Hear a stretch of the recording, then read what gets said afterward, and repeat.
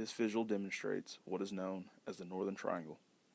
What is the Northern Triangle, you may ask yourself? It consists of three Central American countries: El Salvador, Honduras, and Guatemala. When the influx of unaccompanied immigrant minors began in 2012, the majority came and are still coming from these three countries. There are many reasons as to why these children set out in a journey to the United States, but the most common reason is due to the gang violence in their home country. MS-13, also known as Mara Salvatrucha, are from El Salvador. During the 1980 Civil War, many civilians fled their homeland and came to California. Therefore, it is said MS-13 emerged on the streets of Los Angeles.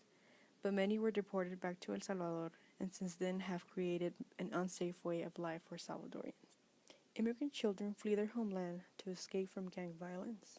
Most boys mention they escape from being recruited into the gang or extortion, while girls usually escape from being raped.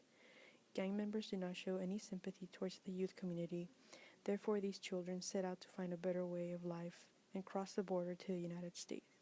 Staying in their homeland does not guarantee a bright and successful future.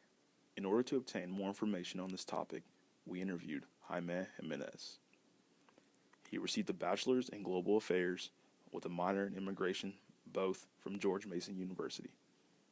He is currently working at Catholic Charities of Galveston in Houston, Texas. He's a paralegal for the Unaccompanied Minors program and works with most kids who cross the border. This is what he had to say. Good afternoon, Jaime. Could you tell us a bit about what you do at Catholic Charities?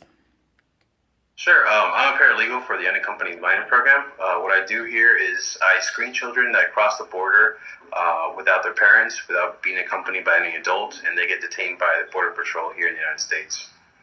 All right, so starting off with the first question, could you give us an estimate of the number of kids who report fleeing their home country due to gang violence? Well, in a day, if I see 10 kids at a shelter, I would say that 7 of those 10 kids are reporting fleeing the country due to gang violence. And most of these kids that make those reports are from El Salvador or Honduras. Interesting. How do authorities determine who gets asylum? Well, the higher authority that determines if a child gets asylum or not is the immigration judge. So once they have to present to the judge, or they have to show credible fear that they're being persecuted in their country, whether it's because of their race, religion, nationality, social group they may belong to, or political group that they're affiliated with. So for any of those reasons, if they're being persecuted in the country, they may qualify for asylum. Okay. So after they get detained by Border Patrol, what is the process they go through?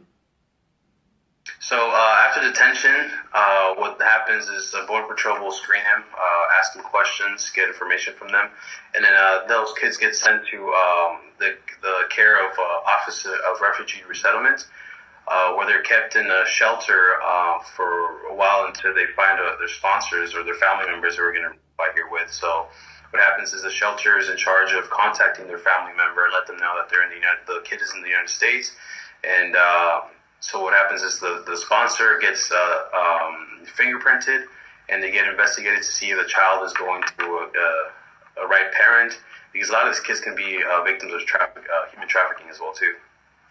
Okay. And last question, would you say most kids come from El Salvador, Guatemala, or Honduras? Well, according to the Department of Homeland Security, the fiscal year 2016, which is from October 1st, 2015 till January 31st, 2016, it is estimated that about 8,200 kids were from El Salvador that crossed, 8,100 were from Honduras, 6,300 of them were from Guatemala, and 1,100 from Mexico. So to put it in perspective, the highest was El Salvador, Honduras, Guatemala, and then Mexico, which, they're pretty low numbers for right now, but we expect them to grow as the year continues. All right, thank you so much for your time.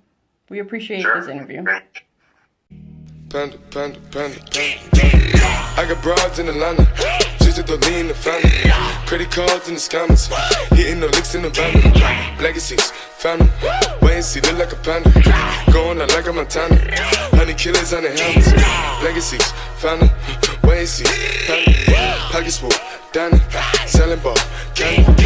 Man on the macho like Randy. The chopper go out to for granted.